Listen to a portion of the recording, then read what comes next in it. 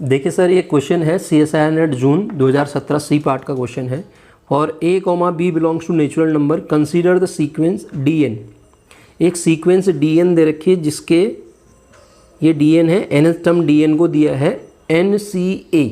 ये notation NCR का होता है, NCR को ऐसे लिखते हैं ना, NCR, ये नोटेशन NCR का है। NCR NCA upon NCB, n greater than a, b। n जो है a और b से बड़ा है, ध्यान दीजिएगा, अदरवाइज फिर सिचुएशन गलत हो जाएगी। क्यों होगी अभी बता रहा हूँ।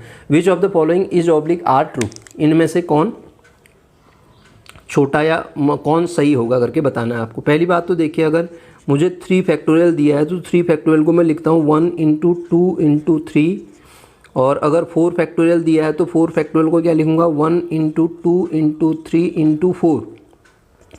इतने टर्म तो ये कट जाएंगे, ये बचेगा 1/4 बचेगा सर, ठीक है, 1/4 बचेगा। और इसी को अगर मैं इसको ऊपर लिख दूँ, 4 फैक्टोरियल को ऊपर लिखूँ, 4 फैक्टोरियल अपॉन 3 फैक्टोरियल लिखूँ, तो तब कितना आएगा 1 into 2 into 3 into 4 upon 1 into 2 into 3 4। मैं आपको ये बताना चाह रहा हूँ कि अगर ऊपर क्या हो, ये मैंने किसकी वैल्यू निकाली थी 3 फैक्टोरियल अपॉन 4 फैक्टोरियल की। अगर ऊपर वैल्यू छोटी हो, ऊपर वैल्यू छोटी हो तो डिनोमिनेटर में बड़ी वैल्यू बच रही है, और ऊपर अगर वैल्यू बड़ी हो तो न्यूमरेटर में बड़ी वैल्यू बच रही है। तो सर देखिए, अब मैं इसको सॉल्व करता हूँ क्वेश्चन को। तो क्वेश्चन क्या कहना चाह रहा है मुझे, dn जो दिया है sir, dn is equals to NCA लिख देता हूँ मैं इसको, अपॉन कितना दिया है NCB, और NCR इज इक्वस टू आप जानते हैं क्या होता है n factorial upon n minus r factorial into r factorial, यही होता है सर। तो जब आप इसको सॉल्व करिएगा कितना आएगा n factorial upon n minus a factorial into a factorial, ये आएगा। और अपॉन में यहाँ लिख देता हूँ n factorial upon n minus b factorial into b factorial. ये पलट जाएगा, n फैक्टोरियल से n फैक्टोरियल कटेगा तो सर बचेगा कितना है b factorial upon a factorial into n minus b factorial upon n minus a factorial बचेगा सर। अब ध्यान से इस बात को समझिएगा आप, यदि मैं a इज इक्वस टू क्या ले लूँ 3 और b इज इक्वस टू ले लूँ 5, ठीक है sir, a equals to 3 b equals to 5 लेता हूँ और n को फिक्स्ड कर दे, वो बाद में समझाता हूँ। तो ये बनेगा कितना 3 अपॉन 5 फैक्टोरियल अपॉन 3 फैक्टोरियल। ये तो कांस्टेंट आना है, इससे कोई लेने देना नहीं है। बाद वाले टर्म को देखो, क्योंकि ऑप्शन बाद वाले टर्म पे डिपेंड कर रहे हैं। तो ये कितना आएगा n minus 3 factorial upon b को क्या लिया 5, n minus 5 factorial upon n minus 3 factorial. पहली बात ये समझिए आप, ये आएगा। अब अभी मैंने आपको बताया था कि n को यदि आप फिक्स कर देते हैं, अब यहाँ पे भी समझ लीजिए आप, n को यदि आप फिक्स करते हैं, n को 10 रख दीजिए, क्योंकि n बड़ा दिया है a, b से। अगर a और b से n छोटा हुआ तो निगेटिव वैल्यू आ जाएगी ना, ध्यान दीजिएगा इसको।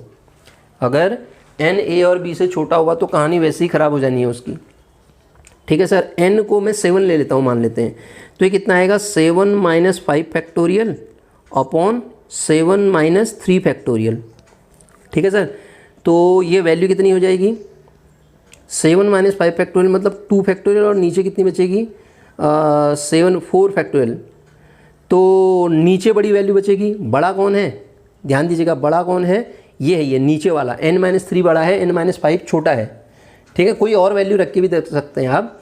तो सर जब आप इसको ब्रेक करते हैं, इसका मतलब मैंने b को बढ़ा लिया था, यहाँ पे b को जब बढ़ा लेता हूँ तो डिनोमिनेटर में b को बढ़ा लेता हूँ, जब ध्यान दीजिए b को जब a से बढ़ा लेता हूँ तो डिनोमिनेटर में टर्म बच रही है, डिनोमिनेटर में टर्म बचेगी ना। और डिनोमिनेटर में कैसे बचेगी 1/n टाइप का बचेगा। वहाँ पे अभी बताया था ना हमने 3 फैक्टोरियल और 4 फैक्टोरियल को जब आप खोलेंगे तो 1/4 बच रहा था वो, तो 1/n बचेगा। जब हम b को बढ़ा लेंगे तो नीचे बचेगा 1/n, और जब हम इसकी लिमिट लेंगे, क्योंकि हमें n टेंस टू इन्फिनिटी पे वैल्यू निकालनी है सर, लिमिट लेंगे तो कितना आ जाएगा 0 आ जाएगा।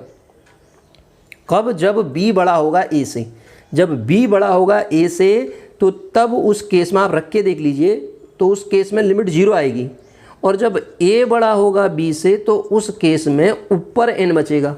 और सर आप जब इसकी लिमिट निकालेंगे ना, इसकी लिमिट निकालेंगे तो कितना आ जाएगा, इन्फिनिटी आ जाएगा।